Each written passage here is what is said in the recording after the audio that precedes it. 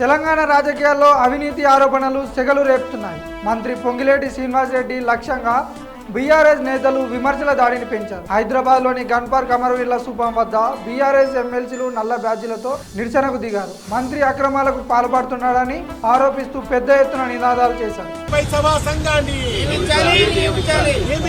Raghava constructions అక్రమ mining పై విచారణకు సభా సంఘాన్ని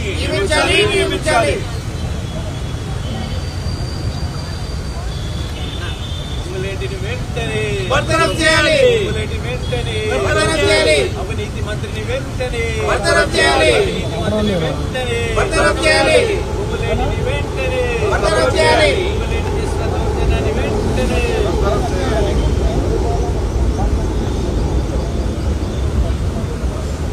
పొంగులేటి కాదు